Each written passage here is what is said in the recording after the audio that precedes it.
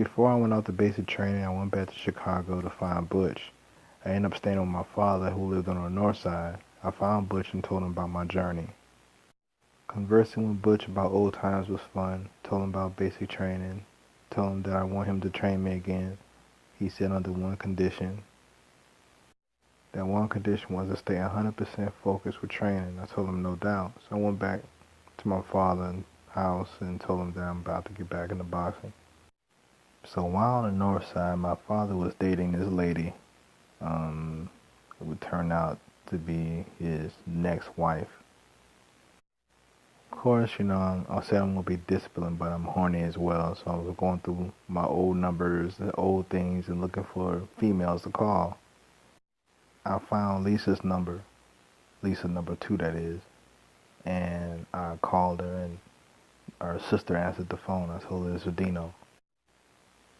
Lisa came to the phone, ecstatic, super happy, and she was like, I've been trying to find you, oh my goodness.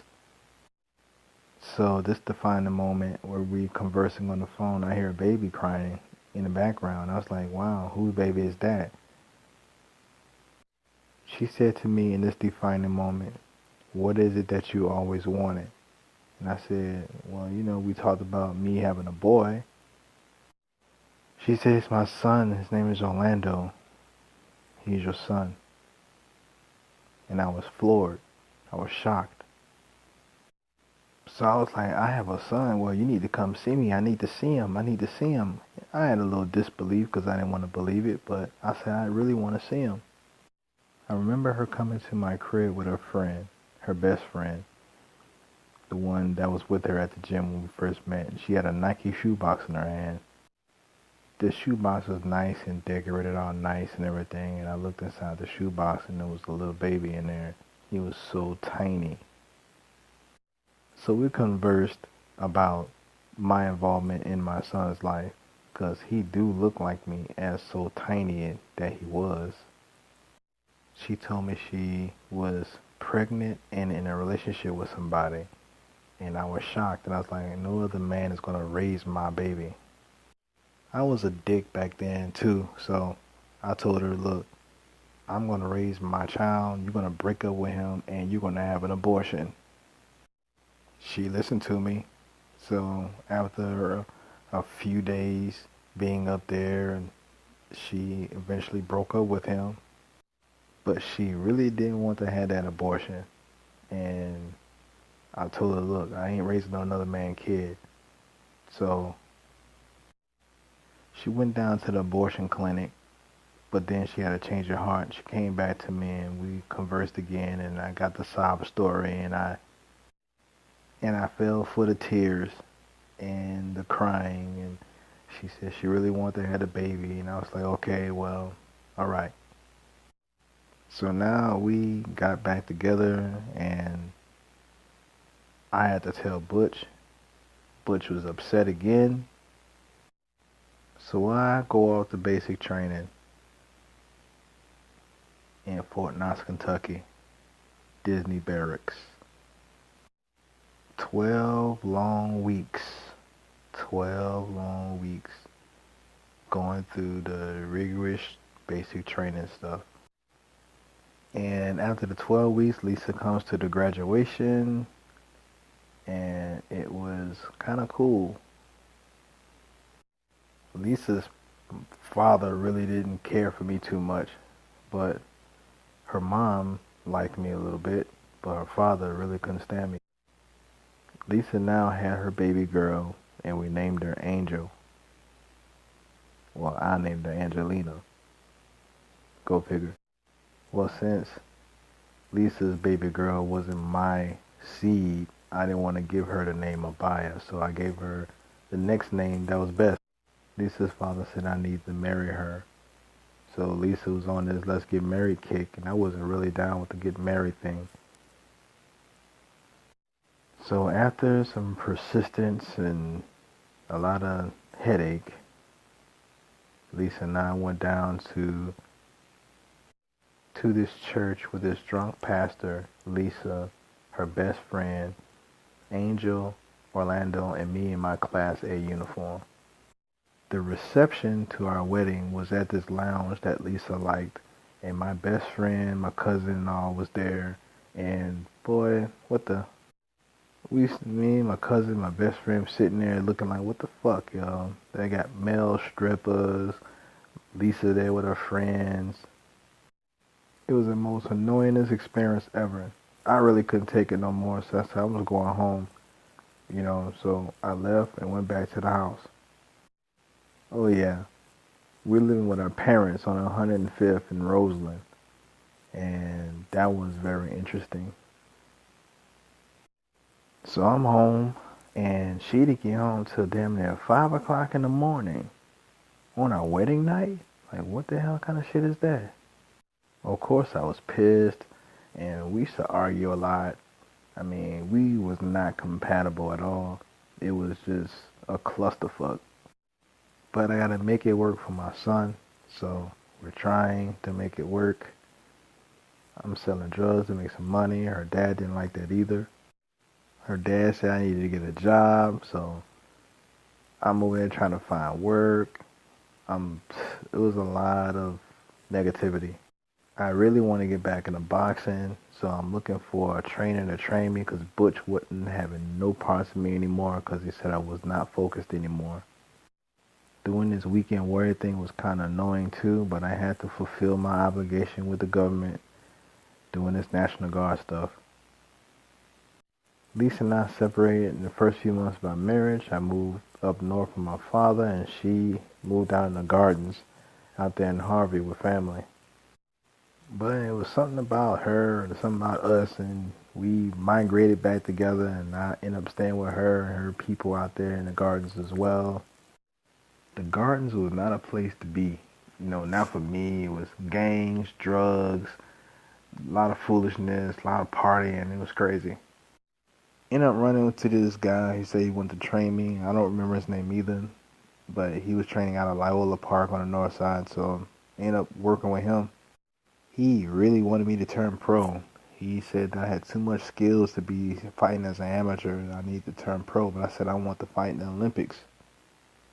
He had some pros training at the gym. Andrew Galata came through a couple times. It was some pros came through there, and I'm an amateur boxer and I'm handling myself versus these pros, and I'm handling myself well, put them to shame until one day I got my nose broke. I was so mad at myself because I was sparring and the trainers pushed me to go more rounds when I didn't want to. So he pushed me this extra round versus this one professional, and I was dead tired, but I went that extra round and got my nose broke. He paid for my nose treatment and things, but I was mad because I couldn't spar anymore for months and months and months, and I was kind of mad and upset. And within that time, I couldn't train. I'm selling drugs and dealing with crap with Lisa, and I had to find a job, and I ended up finding a job at Burger King. Lisa and I aren't hitting it off like talking about it, but we're trying to be a father figure to her daughter and my son. So I got this job working at Burger King, and I come home some nights and she's playing cards with her family and friends all the time. The night they are playing cards, I come home and she has the same partner. His name is Duran, some gangbanger drug dealer from the gardens.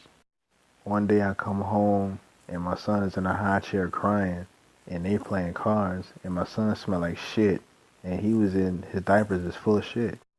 So I snapped. I went the fuck off and I was like, man, y'all don't see this boy crying. Y'all don't smell him. And I went off. I flipped the table over and just went ham. They called the police on me. And of course I had to leave and go back to my father because that was some bullshit. This next defining moment is when Lisa and I guess made amends of the bullshit, and I get back. I go to work, but I didn't like the vibes that was going on between Lisa and I, so I got off work early and I came home in the gardens. And when I get home, and what do I see? I see Duran's car in front of the house, so I go to the door, then I go slide over to the window and I look in the window. And And what do I see? I see Deron banging Lisa on the couch in the living room. And I was highly pissed. So I didn't know what to do. My mind was everywhere. So I went to my boy Jay's house and told him what went down. He was pissed, and I had to calm down. And I went to my father's house to stay in, and separated again. Quit my job at Burger King and ended up working at UPS, the big UPS, and just had to stay focused and keep my mind on other things. Deron ended up getting shot, but he survived his wounds, and that was a crazy situation. Lisa came to me and said, listen, we need to come to a truce and let's get back together. I didn't know, actually. I'm in between yes or no, and we talked, and she like, look, let's just leave Chicago. Let's move from Chicago. So we moved to Eufaula, down to Alabama. It was her, me, my son, and her daughter, and we lived down in Eufaula. I bought a car, and we lived in my mom's old apartment, which was crazy. We lived in my mom's old apartment. Things weren't still right between her and I. We still arguing, and she's getting on my nerves, and it just wasn't right. Butch words are echoing through my head. She's going to be the downfall of your career. She's going to be the downfall of your career. She's going to be the downfall of your career. I even transferred from the National Guard to the Army Reserve in Abbeville, Alabama, so I can make legitimate money instead of selling drugs. I'm still missing boxing, and I'm working at this industrial plant called Cooper Lighting, making $6.35 an hour. That's crazy, right? Lisa's mom's passed away, and I can't take off my job, and she got mad at me because I couldn't take off my job, and she went back to Chicago to her mom's funeral. When she went back to Chicago with the kids to her mom's funeral, she stayed, and that's the next defining moment. I guess this is like separation number 3 or 4 between her and I, and the drama that we keep going through and things and such forth. The thing was, Lisa and I really didn't know each other. We're trying to make things work for the children, and we're just going through this cycle. When she went to her mom's funeral, she didn't take both kids. She just took Angel. I had Orlando because I knew Orlando wasn't going to leave my sight. This is the next defining moment of our relationship, when she asked for me to come back to Chicago. And that's a decision I had to make.